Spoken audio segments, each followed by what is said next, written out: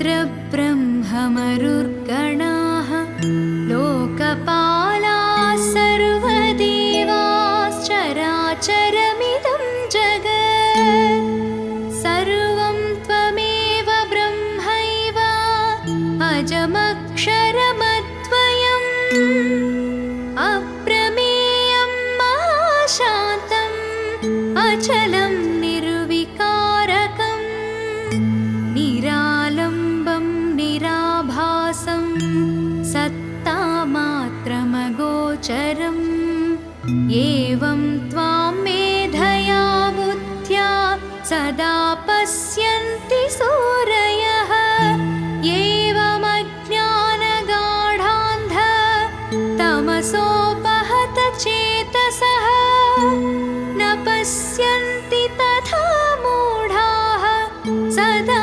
दुर्गतिहेतवे विष्णुवादनि स्वरूपाणि लीलालोकविडम्बनं कर्तुमुद्यम्य रूपाणि विविधानि भवन्ति च तत्तदुक्ताः कथाः सम्यक् नित्यसद्गतिप्राप्तये भक्त्या श्रुत्वा पठित्वा च दृष्ट्या सम्पूज्य श्रद्धया सर्वान् कामान् अवाप्नोति भवदाराधनात् खलु मम पूजामनुग्रह्य सुप्रसन्नो भवानघ चपलं मन्मथवशम् अमर्यादमसूयकं पञ्चकं दुःखजनकम् पापिष्ठं पाहि मां प्रभो सुब्रह्मण्यस्तोत्रमिदं ये पठन्ति द्विजोत्तमाः ते सर्वे मुक्तिमायन्ति सुब्रह्मण्यप्रसादतः इति श्री सुब्रह्मण्यस्तोत्रम् सम्पूर्णम्।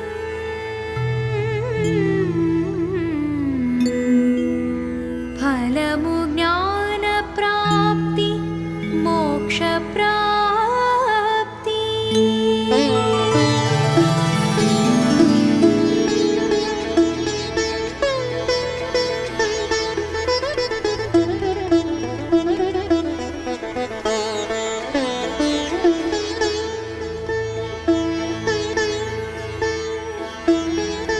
आदित्य विष्णु विघ्नेश रुद्रब्रह्ममरुर्गणाः लोकपालाः सर्वदेवाश्चराचरमिदं जगत् सर्वं त्वमेव ब्रह्मैव अजमक्षरमद्वयम् अप्रमेयं महाशान्तम् अचलं निर्विकारकम् निरालम्बं निराभासं सत्तामात्रमगोचरम् एवं त्वां मेधया बुद्ध्या सदा पश्यन्ति सूरयः एवमज्ञानगाढान्ध तमसोपहत चेतसः न पश्यन्ति तथा मूढाः सदा दुर्गतिहेतवे विष्णुवादनि स्वरूपाणि लीलालोकविडम्बनं कर्तुमुद्यम्य रूपाणि विविधानि भवन्ति च तत्तदुक्ताः कथाः सम्यक् नित्यसद्गतिप्राप्तये भक्त्या श्रुत्वा पठित्वा च दृष्ट्या सम्पूज्य श्रद्धया सर्वान् कामान् अवाप्नोति भवदाराधनात् पूज्यश्रद्धयाराधनात् खलु मम पूजामनुग्रह्य सुप्रसन्नो भवानघ चपलं मन्मथवशम् अमर्यादमसूयकं पञ्चकं दुःखजनकं पापिष्ठं पाहि मां प्रभो सुब्रह्मण्यस्तोत्रमिदं ये पठन्ति द्विजोत्तमाः ते सर्वे मुक्तिमायन्ति सुब्रह्मण्यप्रसादतः इति श्री सुब्रह्मण्यस्तोत्रम् सम्पूर्णम्।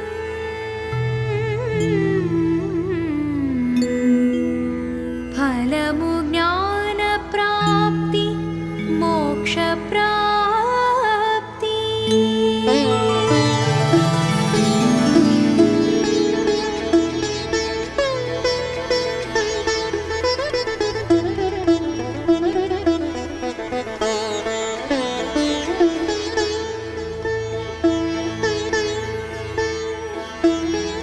आदित्य विष्णु विघ्नेश रुद्रब्रह्ममरुर्गणाः लोकपालाः सर्वदेवाश्चराचरमिदं जगत् सर्वं त्वमेव ब्रह्मैव अजमक्षरमद्वयम् अप्रमेयं महाशान्तम् अचलं निर्विकारकं निरालम्बं निराभासं सत्तामात्रमगोचरम् एवं त्वां मेधया बुद्ध्या सदा पश्यन्ति सूरयः एवमज्ञानगाढान्ध तमसोपहत चेतसः न पश्यन्ति तथा मूढाः सदा दुर्गतिहेतवे विष्णुवादनि स्वरूपाणि लीलालोकविडम्बनं कर्तुमुद्यम्य रूपाणि विविधानि भवन्ति च तत्तदुक्ताः कथाः सम्यक् नित्यसद्गतिप्राप्तये भक्त्या श्रुत्वा पठित्वा च दृष्ट्या सम्पूज्य श्रद्धया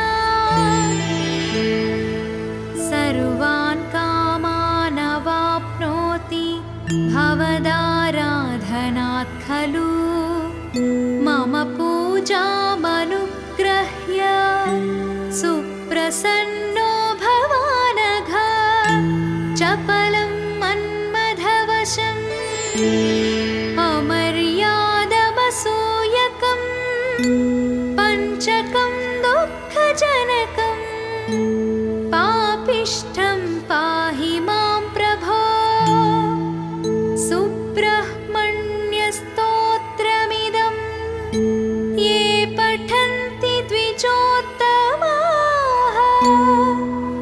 ते सर्वे मुक्तिमायन्ति सुब्रह्मण्यप्रसादतः इति श्री सुब्रह्मण्यस्तोत्रम् सम्पूर्णम्।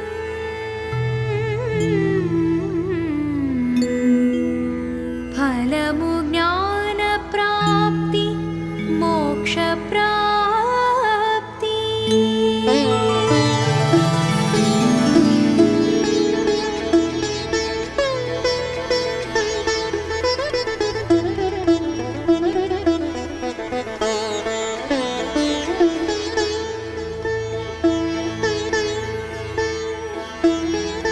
आदित्य विष्णु विघ्नेश रुद्रब्रह्ममरुर्गणाः लोकपालाः सर्वदेवाश्चराचरमिदं जगत्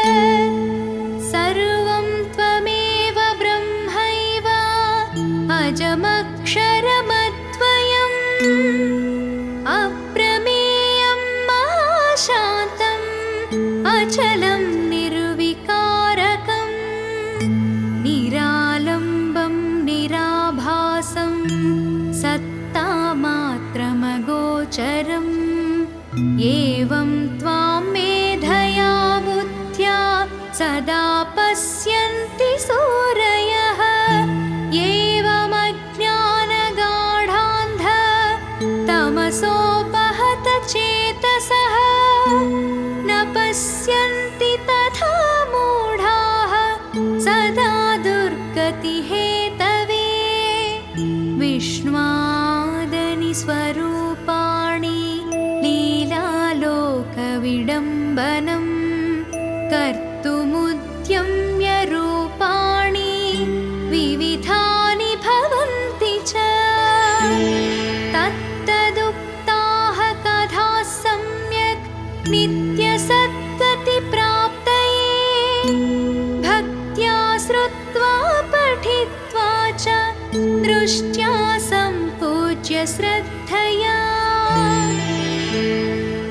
सर्वान् कामान् अवाप्नोति भवदाराधनात् खलु मम पूजामनुग्रह्य सुप्रसन्नो भवानघ चपलं मन्मथवशम् अमर्यादमसूयकं पञ्चकं दुःखजनकं पापिष्ठं पाहि मां प्रभो सुब्रह्मण्यस्तोत्रमिदं ये पठन्ति द्विजोत्तमाः ते सर्वे मुक्तिमायन्ति सुब्रह्मण्यप्रसादतः इति श्री सुब्रह्मण्यस्तोत्रम् सम्पूर्णम्।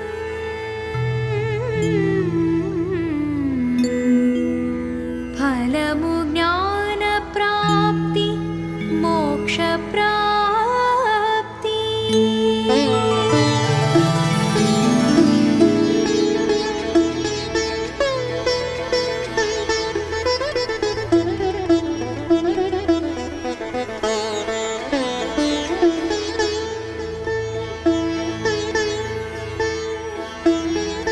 आदित्य विष्णु विघ्नेश रुद्रब्रह्ममरुर्गणाः लोकपालाः सर्वदेवाश्चराचरमिदं जगत् सर्वं त्वमेव ब्रह्मैव अजमक्षरमद्वयम् अप्रमेयं महाशान्तम् अचलं निर्विकारकं निरालम्बं निराभासं सत्तामात्रमगोचरम् एवं त्वां मेधया बुद्ध्या सदा पश्यन्ति सूरयः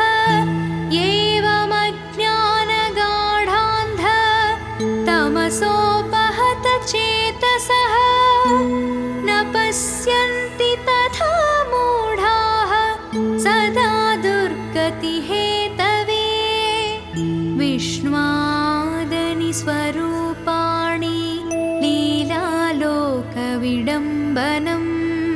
कर्तुमुद्यम्य रूपाणि विविधानि भवन्ति च तत्तदुक्ताः कथाः सम्यक् नित्यसद्गतिप्राप्तये भक्त्या श्रुत्वा पठित्वा च दृष्ट्या सम्पूज्य श्रद्धया सर्वान् कामान् अवाप्नोति भवदाराधनात् खलु मम पूजामनुग्रह्य सुप्रसन्नो भवानघ चपलं मन्मथवशम् अमर्यादमसूयकं पञ्चकं दुःखजनकं पापिष्ठं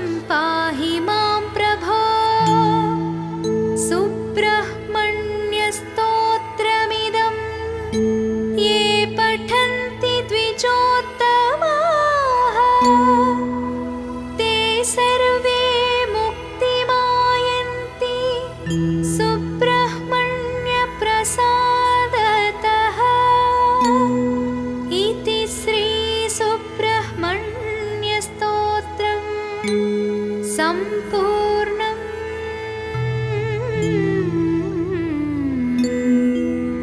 फलमु ज्ञानप्राप्ति मोक्षप्राप्ति।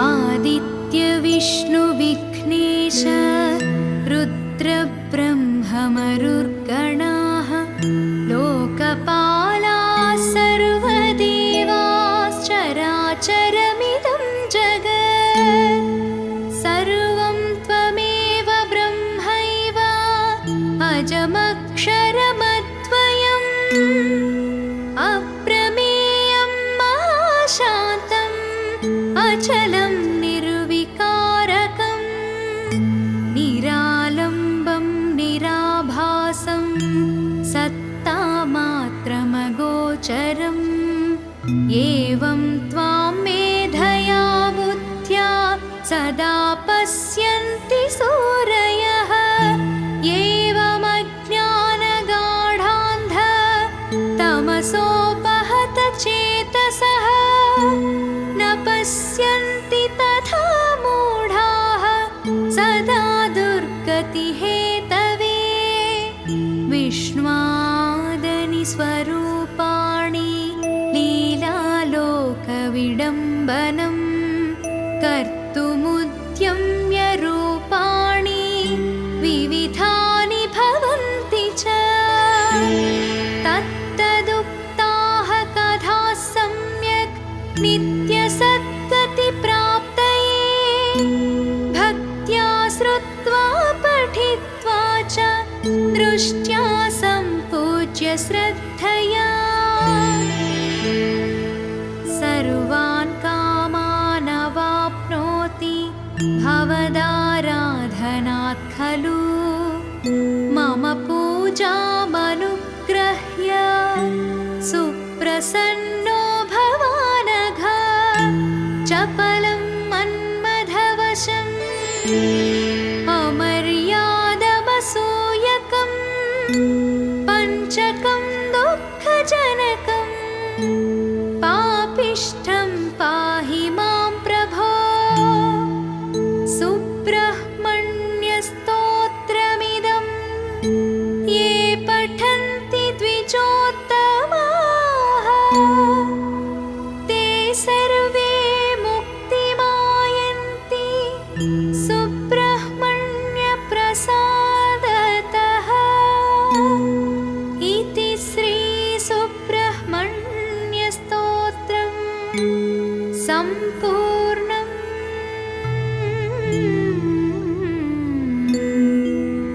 फलमु ज्ञानप्राप्ति मोक्षप्राप्ति।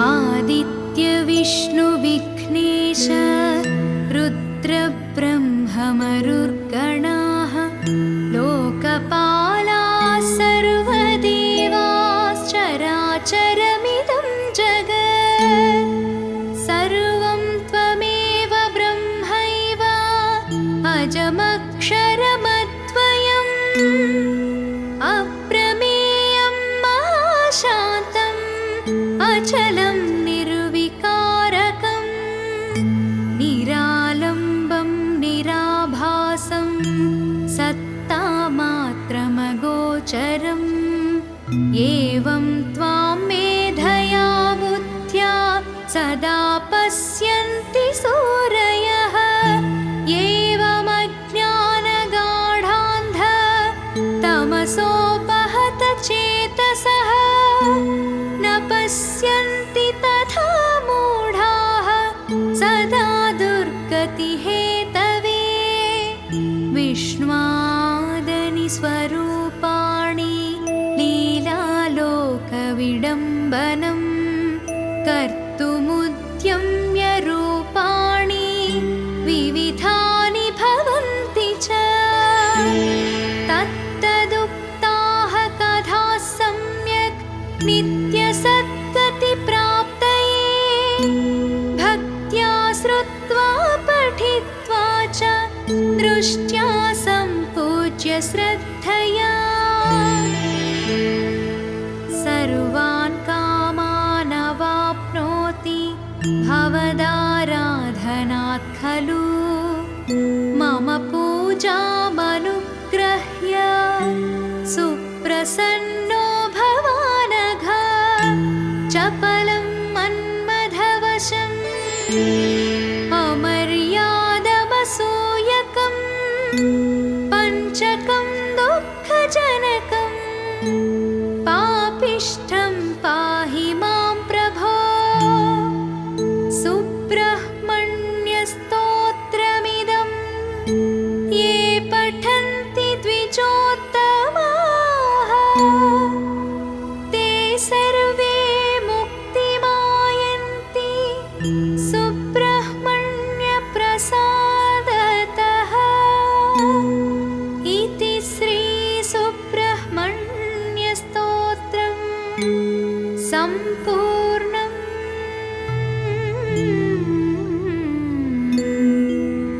फलमु ज्ञानप्राप्ति मोक्षप्राप्ति।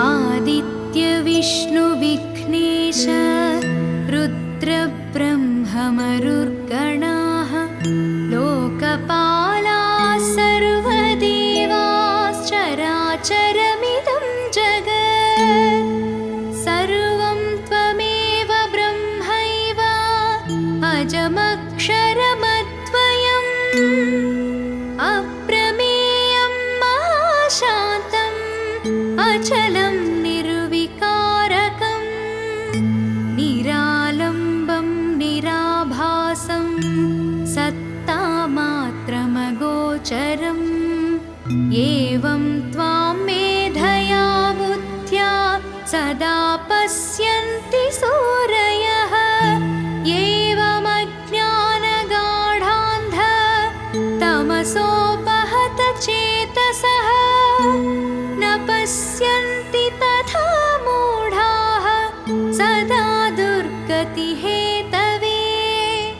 विष्णुवादनि स्वरूपाणि लीलालोकविडम्बनं कर्तुमुद्यम्य रूपाणि विविधानि भवन्ति च। तत्तदुक्ताः कथाः सम्यक् नित्यसद्गतिप्राप्तये भक्त्या श्रुत्वा पठित्वा च दृष्ट्या सम्पूज्य श्रद्धया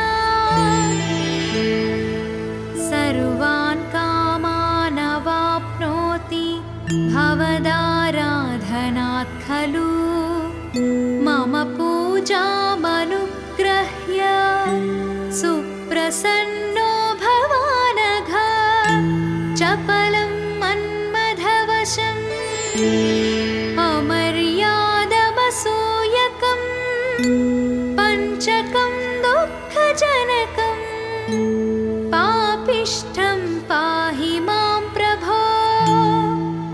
सुब्रह्मण्यस्तोत्रमिदं ये पठन्ति द्विजोत्तमाः ते सर्वे मुक्तिमायन्ति सुब्रह्मण्यप्रसादतः। इति श्री सुब्रह्मण्यस्तोत्रम् सम्पूर्णम्।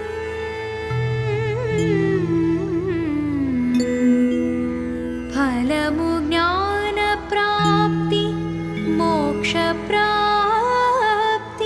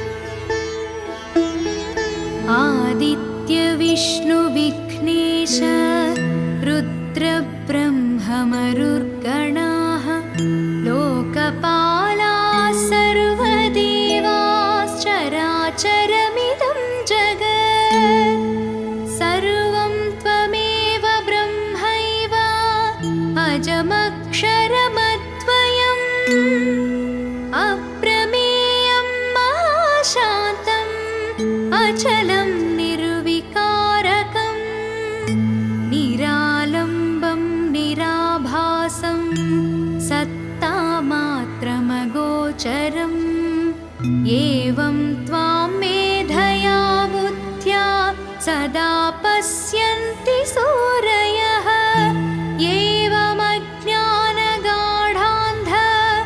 तमसोपहत चेतसः न पश्यन्ति तथा मूढाः सदा दुर्गतिहेतवे विष्णुवादनि स्वरूपाणि लीलालोकविडम्बनं कर्तुमुद्यम्य रूपाणि विविधानि भवन्ति च तत्तदुक्ताः कथाः सम्यक् नित्यसद्गतिप्राप्तये भक्त्या श्रुत्वा पठित्वा च दृष्ट्या सम्पूज्य श्रद्धया सर्वान् कामान् अवाप्नोति भवदाराधनात् खलु मम पूजामनुग्रह्य सुप्रसन्नो भवानघ चपलं मन्मथवशम् अमर्यादमसूयकम् पञ्चकं दुःखजनकम् पापिष्ठं पाहि मां प्रभो सुब्रह्मण्यस्तोत्रमिदं ये पठन्ति द्विजोत्तमाः ते सर्वे मुक्तिमायन्ति सुब्रह्मण्यप्रसादतः इति श्री सुब्रह्मण्यस्तोत्रम् सम्पूर्णम्।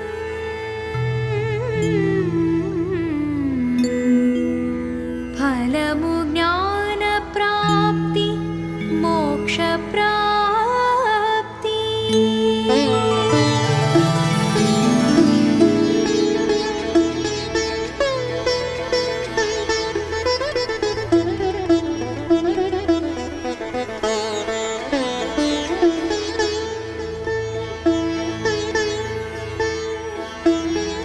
आदित्य विष्णु विघ्नेश रुद्रब्रह्ममरुर्गणाः लोकपालाः सर्वदेवाश्चराचरमिदं जगत् सर्वं त्वमेव ब्रह्मैव अजमक्षरमद्वयम् अप्रमेयं महाशान्तम् अचलं निर्विकारकम् निरालम्बं निराभासं सत्तामात्रमगोचरम् एवं त्वां मेधया बुद्ध्या सदा पश्यन्ति सूरयः एवमज्ञानगाढान्ध तमसोपहत चेतसः न पश्यन्ति तथा मूढाः सदा दुर्गतिहेतवे विष्णुवादनि स्वरूपाणि लीलालोकविडम्बनं कर्तुमुद्यम्य रूपाणि विविधानि भवन्ति च तत्तदुक्ताः कथाः सम्यक् नित्यसद्गतिप्राप्तये भक्त्या श्रुत्वा पठित्वा च दृष्ट्या सम्पूज्य श्रद्धया सर्वान् कामान् अवाप्नोति भवदाराधनात् खलु मम पूजामनुग्रह्य सुप्रसन्नो भवानघ चपलं मन्मथवशम् अमर्यादमसूयकम् पञ्चकं दुःखजनकम्